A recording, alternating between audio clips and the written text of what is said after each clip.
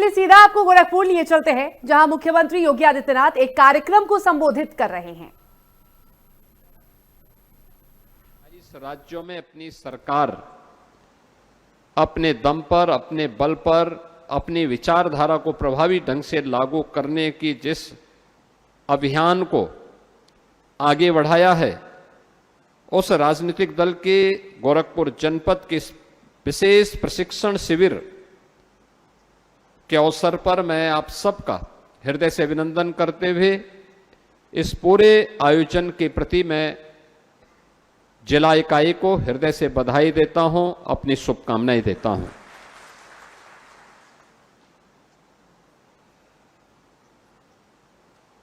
बहनों और भाइयों, हम सब इस बात को जानते हैं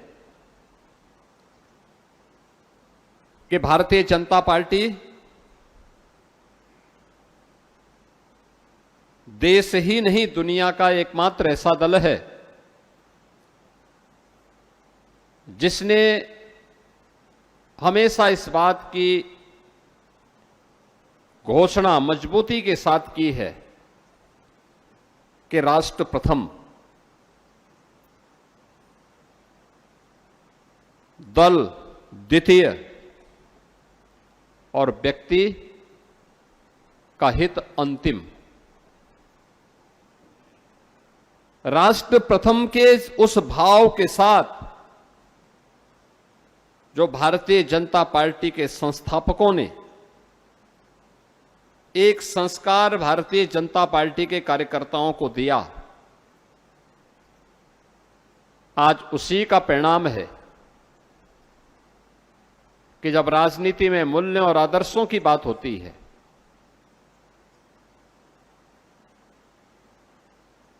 जब राजनीति में राष्ट्रवाद की बात होती है, तो भारत के अंदर या दुनिया के अंदर जहां कहीं भी कोई भारतवंशी रहता है, उसके सामने जो एक चेहरा दिखता है वह भारतीय जनता पार्टी के राष्ट्रीय नेतृत्व का चेहरा दिखता है, और कोई निशान दिखता है तो वह कमल के फूल का दिखता है। भारतीय जनता पार्टी 6 अप्रैल 1980 में भारतीय जनता पार्टी की स्थापना होती है, लेकिन केवल वही भारतीय जनता पार्टी का उदय का दिन नहीं है। इससे पहले स्वतंत्र भारत में जब ये देश 1947 में आजाद होता है, तो स्वतंत्र भारत में उस समय सबसे पहला कार्य हुआ कि एक राष्ट्रीय सरकार का गठन होना है। राष्ट्रीय सरकार,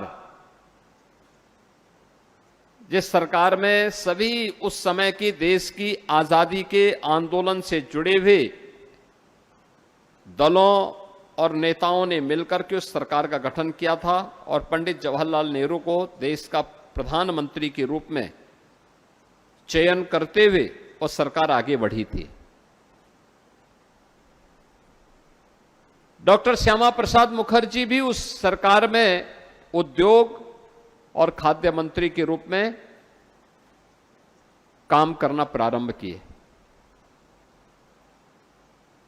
अभी सरकार ने कार्य प्रारंभ ही किया था,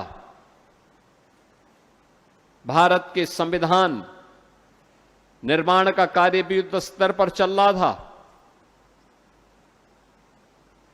संविधान सभा के अध्यक्ष के रूप में डॉक्टर राजेंद्र प्रसाद जी और संविधान सभा की संविधान निर्माण की ड्राफ्टिंग कमेटी के अध्यक्ष के रूप में डॉक्टर भीमराव अंबेडकर अपने अपने दायित्वों का निर्वहन कर रहे थे।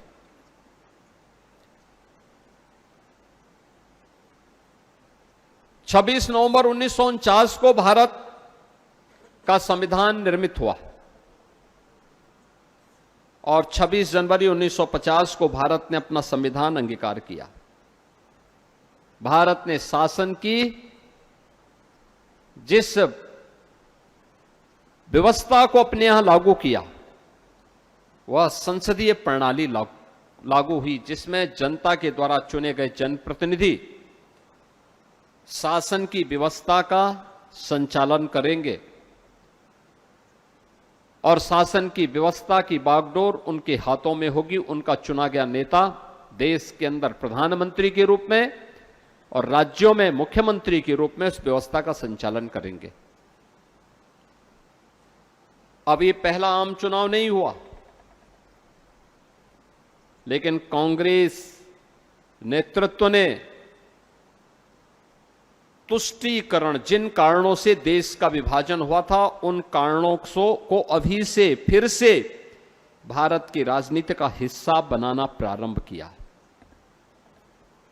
तुष्टीकरण की राजनीति पर चलने की एक प्रवृत्ति, अभी संविधान ठीक ढंग से अमल में लागू होना प्रारंभ ही नहीं हुआ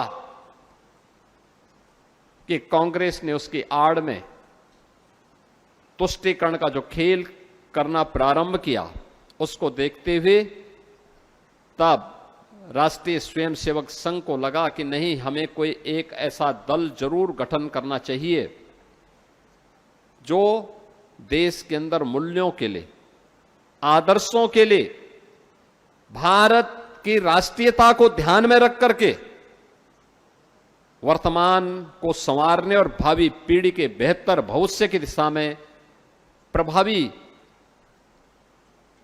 कार्य योजना बनाने में योगदान दे सके।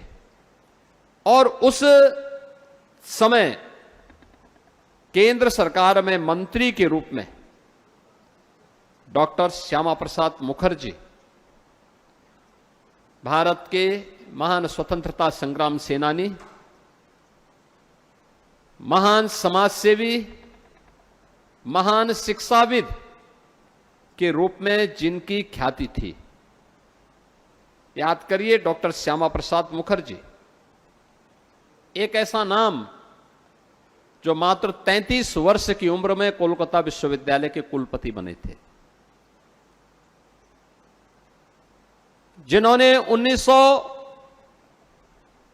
देश के अंदर 1905 में कांग्रेस के ब्रिटिशर के द्वारा बंग विभाजन की साजिश के खिलाफ उस समय के स्वाधीनता आंदोलन के साथ जुड़े हुए नेताओं ने जब ब्रिटिशर की साजिश को विफल किया, पूरे बंगाल में राष्ट्रवाद की जो लौ जली थी, उस लौ को अपनी आंखों से देखा था। और डॉक्टर श्यामा प्रसाद मुखर्जी को उस समय भारतीय जनसंघ के संस्थापक अध्यक्ष के रूप में मनोनीत करते यह दायित्व उनके कंधों में डाला गया कि वह तुष्टीकरण के खिलाफ कांग्रेस की किसी भी साजिश के खिलाफ शंखनाद करें। याद करिए, 1952 में पहले आम चुनाव में और उसके उपरांत कांग्रेस की तत्कालीन नेहरू सरकार ने जब देश के साथ विश्वासघात करना प्रारंभ किया, कश्मीर संविधान में बाबा साहब भीमराव अंबेडकर के न चाहने के बावजूद उन्होंने धारा 370 लागू कर दी, परमिट सिस्टम लागू किया, तो उसके खिलाफ कोई एक आवाज उठी थी तो डॉक्टर श्यामा प्रसाद मुखर्जी की आवाज निकली थी, जिन्होंने उस समय कहा था, एक देश में 2 प्रधान, 2 विधान और 2 निशान नहीं चलेंगे, नहीं चलेंगे। आंदोलन लोकतांत्रिक तरीके से चल रहा था, लेकिन जब सरकार नहीं मानी तो उन्होंने कहा कि नहीं, मैं सरकार की इस अनैतिक, भारत विरोधी, संविधान विरोधी इस कृत्य के खिलाफ मैं परमिट सिस्टम का विरोध करने के लिए कश्मीर जाऊंगा। डॉक्टर श्यामा प्रसाद मुखर्जी अपने सहयोगियों के साथ, भारतीय जनसंघ के उस समय के नेताओं के साथ परमिट सिस्टम का विरोध करने के लिए उन्होंने कश्मीर में प्रवेश किया। उन्हें गिरफ्तार कर दिया गया। डॉक्टर श्यामा प्रसाद मुखर्जी के साथ विश्वासघात हुआ। जम्मू कश्मीर की जेल में उनकी हत्या करवा दी गई। याद करिए, देश के लिए लड़ने वाला, भारत सरकार के मंत्री पद को इस्तीफा देकर के देश के लिए लड़ने वाला एक ऐसा वीर बलिदानी, स्वाधीनता संग्राम सेनानी, महान शिक्षाविद, भारतीय जनसंघ के संस्थापक अध्यक्ष के रूप में उस नींव को आगे बढ़ाता है। बलिदानों की एक परंपरा, ये परंपरा आगे बढ़ती है। पंडित दीनदयाल उपाध्याय जी, जिन्हें उस समय संगठन मंत्री के रूप में डॉक्टर श्यामा प्रसाद मुखर्जी के साथ भारतीय जनसंघ के संस्थापक और उनके मूल्यों, उसके आदर्शों, उसके संविधान को आगे बढ़ाने का गुरुत्तरदायित्व दिया गया था। देश के अंदर एक ऐसा विचारक जिसने अंतिम पायदान पर बैठे हुए व्यक्ति के लिए भी शासन की योजनाओं का लाभ देने की बात कही, उसकी वकालत की। उन्होंने कहा था कि समृद्धि का आधार ऊंचे पायदान पर बैठा हुआ व्यक्ति नहीं हो सकता। जब समाज के अंतिम पायदान पर बैठे हुए व्यक्ति के चेहरे पर खुशहाली होगी, वही राष्ट्र की समृद्धि का आधार होना चाहिए। यह बात डॉक्टर पंडित दीनदयाल उपाध्याय जी ने उस समय की व्यवस्था को झकझोरने वाले वक्तव्य के माध्यम से, एकात्म मानव दर्शन के माध्यम से देश के सामने प्रस्तुत किया था। पंडित दीनदयाल उपाध्याय कालांतर में भारतीय जनसंघ के अध्यक्ष बने, लेकिन उनके साथ भी वही विश्वासघात हुआ। उस समय उनकी भी मृत्यु। एक लगातार कार्य करते हुए देश के अंदर राजनीतिक स्थिरता विकास के लिए उतनी ही महत्वपूर्ण है।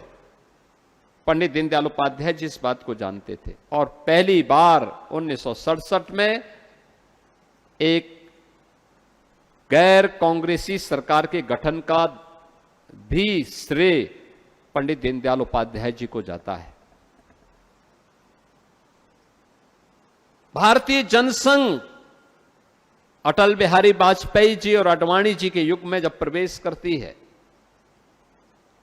देश के लोकतंत्र पर जब कांग्रेस की काली साया छाने लग गई थी, उन्होंने लोकतंत्र का गला घोटने का प्रयास किया था। उसके खिलाफ उस समय कोई एक दल था जिसने कहा था कि देखिए, देश का हित सर्वोपरि, दल का उसके बाद वो भारतीय जनसंघ है। और अटल जी और आडवाणी जी के नेतृत्व में उस समय भारतीय जनसंघ के संस्थापकों, उस भारतीय जनसंघ के नेताओं ने भारतीय जनसंघ का विलय जनता पार्टी में करवा करके लोकतंत्र को बचाने की उस लड़ाई को आगे बढ़ाया था। भारतीय यानी जब जनता पार्टी बनी, जनता पार्टी बनने के बाद वह प्रयोग पूरी तरह सफल नहीं हो पाया। अनेक कारण थे। तब 6 अप्रैल 1980 को भारतीय जनता पार्टी का गठन सदैव अटल बिहारी वाजपेयी जी के नेतृत्व में होता है। पहला आम चुनाव, जब उसके उपरांत भारतीय जनता पार्टी लड़ी 1985 में, मात्र 2 सांसद भारतीय जनता पार्टी के जीते थे। और आज देश ही नहीं, दुनिया के सबसे बड़े राजनीतिक दल के रूप में भारतीय जनता पार्टी का उदय दुनिया के अंदर कहीं नहीं देखने को मिला है। भारतीय जनसंघ के संस्थापकों ने और भारतीय जनता पार्टी के संस्थापकों ने स्थापना काल में जो कुछ सोचा था, पिछले 11 वर्ष के अंदर प्रधानमंत्री मोदी जी के नेतृत्व में वह सब कुछ साकार हुआ है।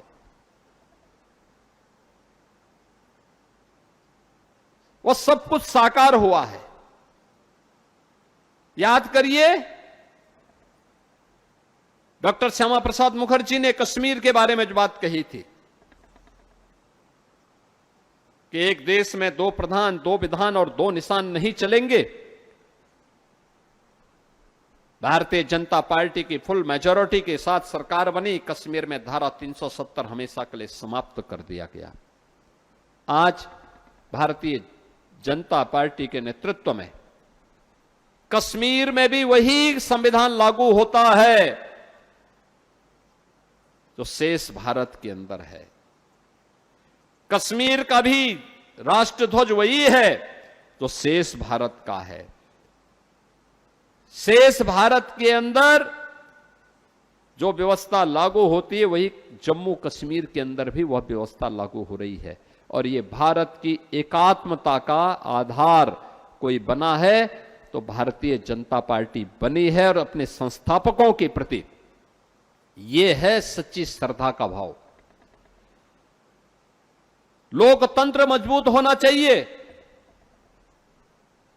परिवारवाद से ऊपर उठ करके, क्षेत्रवाद से ऊपर उठ करके, जातिवाद से ऊपर उठ करके, किसी भी मत और मजहब से ऊपर उठ करके हम देश के बारे में सोच सकें।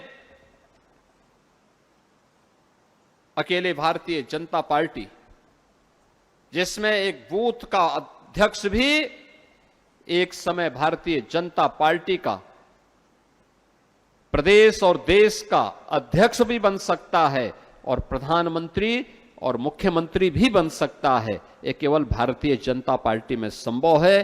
क्योंकि यहां पे परिवार नहीं बल्कि पार्टी और कार्यकर्ता मायने रखता है। लोकतंत्र, आंतरिक लोकतंत्र उतना ही मजबूत है। याद करिए, भारतीय जनता पार्टी ने देश के अंदर पंडित दीनदयाल उपाध्याय जी के उन सपनों को भी साकार किया है। भारतीय जनता पार्टी की सरकार ने, जिन्होंने अंत्योदय की बात की, अंतिम पायदान पर बैठे हुए व्यक्ति को शासन की योजना का लाभ मिलना चाहिए। देश के अंदर 4 करोड़ गरीबों को एक एक आवास मिल जाना,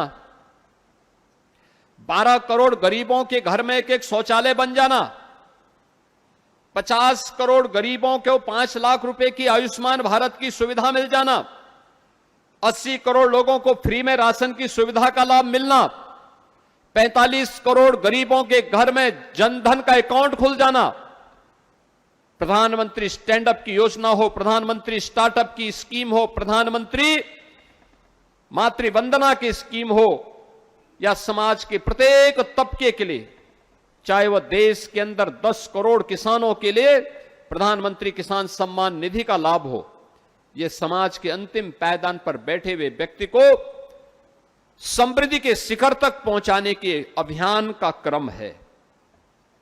पंडित दीनदयाल उपाध्याय के सपनों को साकार होता है इन सब अभियानों के माध्यम से। और याद करिए, जब भारतीय जनता पार्टी ने 1986 में और उसके उपरांत यह तय किया था कि देश के अंदर सांस्कृतिक राष्ट्रवाद की स्थापना के लिए अयोध्या में श्री राम जन्मभूमि पर भगवान राम के भव्य मंदिर के निर्माण को हम अपना समर्थन देते हैं। आप देखिए ना, आज भारतीय जनता पार्टी के नेतृत्व की सरकार, डबल इंजन की सरकार बनी, अयोध्या में राम मंदिर का निर्माण हो गया। राम मंदिर का निर्माण एक नए युग का सूत्रपात है। ये राष्ट्र मंदिर है। उन दबी कुचली सभ्यता और संस्कृति के लोगों के लिए एक नई आशा है जिन्हें दुनिया के अंदर दबाया गया, आक्रांताओं ने जिनकी संस्कृति को रौंदा है। भारत अगर 500 वर्षों के बाद इस सपने को साकार कर सकता है कि कोई कारण नहीं दुनिया के अन्य दबी कुचली जातियां अपने उस लक्ष्य को प्राप्त न कर ले। भारत ने आशा का दीप जलाया है, भारत की आस्था का सम्मान हुआ है, महिलाओं को सम्मान के साथ जीने का अधिकार मिले, यह अधिकार भी भारतीय जनता पार्टी ने लोगों को दिया है। 3 तलाक की कुप्रथा को समाप्त करके नारी गरिमा की रक्षा कैसे होनी है, 3 तलाक की कुप्रथा पर एक तरफ रोक लगती है और दूसरी ओर नारी शक्ति बंधन अधिनियम के माध्यम से संसद और विधानसभाओं में उन्हें 1/3 सीटों पर अतिरिक्त रिजर्वेशन की व्यवस्था करने का, आरक्षण की व्यवस्था करने का प्रावधान भी प्रधानमंत्री मोदी जी के नेतृत्व में हुआ है। आज अनेक कार्यक्रम हैं, केंद्र और राज्य सरकार अनेक ऐसे कार्यक्रमों को लेकर के चल रही है जो हर व्यक्ति की सुरक्षा को, सुशासन के लक्ष्य को, संस्कृति के संवर्धन को और हर नागरिक की गरिमा के अनुरूप उन्हें समृद्धि के शिखर पर पहुंचाने के अभियान का हिस्सा बनता है। कभी नहीं हो पाया स्वतंत्र भारत में किसी दल ने इन चारों स को एक साथ जोड़ने का काम किया है। सुरक्षा को, संस्कृति को, सुशासन और समृद्धि को। वह नाम है भारतीय जनता पार्टी।